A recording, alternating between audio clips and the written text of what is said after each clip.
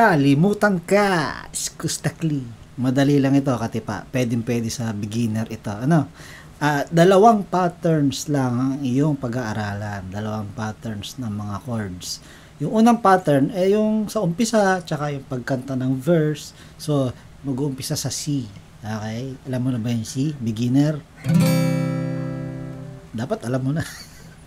Hindi porket beginner ngayon mo palang pag-aaralan yung chord. Okay? Ibig sabihin beginner, yung mga napaka-common na chords, alam mo nang tugtugin. So, ito C. Dapat alam mo na yan. Napakadali rin yan. May chord chart dyan. Basahin mo na lang yan. At meron din ditong A minor. Okay? A minor. Puro open chords yan. Ito F major 7 para open chord din.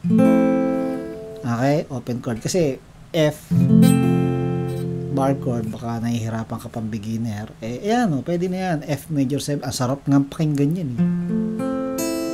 Okay, so 6th string X, 5th string X, ibig sabihin iwasan mong patunogin. Alright, and then ayan na, 4th string 3, 3rd fret, ibig sabihin 3rd string 2, 2nd string 1, then open 0, open ang 1st string. Okay, F major 7, and then G. Okay, pang beginner. Pagdating sa susunod na pattern, meron pang D minor. Okay, D minor. Yan ang ilan na ba tayong pang-apat na chord? So, unang chord C, pangalawang chord A minor, pang-lima pala yun, F, G, tsaka D minor. 5 ang chords dito sa kantang ito. Okay? So, paano ang gagawin natin strumming? Ganito lang ang ituturo ko sa'yo. Masanay ka dyan. Down, up, down, up, down, up, down, up, down, up, down, up, down, up, down, up. Bilang ka. 1, and 2, and 3, and 4, and ganyan. Kailangan masanay ka dyan habang nagtsitsyempo, nagbibilang. Tapos, pag nasanay ka na dyan, itry mo na C, A minor, 2, 3, 4, F, G.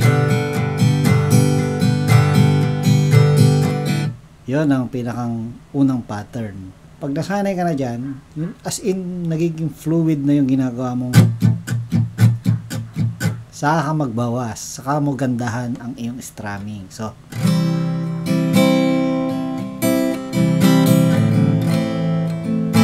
walang strumming pattern. Ang meron lang, matuto kang maggitara. Okay? So, binabawasan mo na yan. Sanay ka na kasi sa ganyan. Kaya mo nang ibahin yan pag nasanay ka na. Okay? So, yun ang unang pattern. C, 1, and 2, 3, and 4, and A minor, 2, and 3, and 4, F major 7, G. Okay? So, yan ay intro, verse, saka chorus. Yung mag-iiba ay yung pang pre-chorus. Okay? Tapos, ayun, second pattern, pang pre-chorus. At saka, ito rin yung gamit na pattern para dun sa, sa ad-lib. Okay? Ito, medyo, pagkasusundin natin yung lipat, yung mismong lipatan ng chords dito sa record nila, medyo tricky, medyo masalimuot. Ganito, para hindi tayo malito, iibahin ko yung bilang, ha? So, kanina, 1 and 2, di ba? 1 and 2 and 3 and 4. Ngayon, 1 and 2 and 3 and 4. Ganyan, ha? So, D minor. 1 and 2 and 3 and 4. Lipat. So, after ng 4, lipat kagad sa A minor. Alright? 1 and 2 and 3 and 4. 1 and 2 and 3 and 4 and 5 and 6 and 7 and 8. Gets mo? Magiging G. So, hanggang 8 yung A minor. Tapos, G. Ilan yung G? 1 and 2 2 and 3 and 4, 1 and 2 and 3 and 4 and 5 and 6 and 7 and 8, 1 and 2 and 3 and 4 and 5 and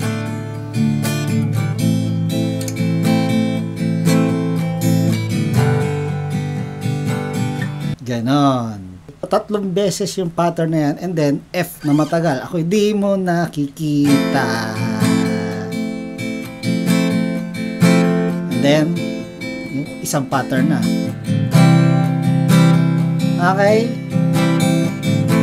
Alright? Ngayon, pag beginner, baka hindi kayanin yung itinuro ko kaninang bilangan.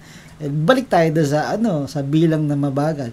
1 and 2 and 3. So, hindi na natin gagayahin yung tempo sa original, sa pinakang recording. Huwag na natin gayahin kasi nahihirapan ka. So, D minor, 1 and 2 and A minor. A minor. G. Gets? 1 and 2 and 1 and 2 and 3 and 4 and G. 1, ayan. And 1, okay? Para pantay-pantay.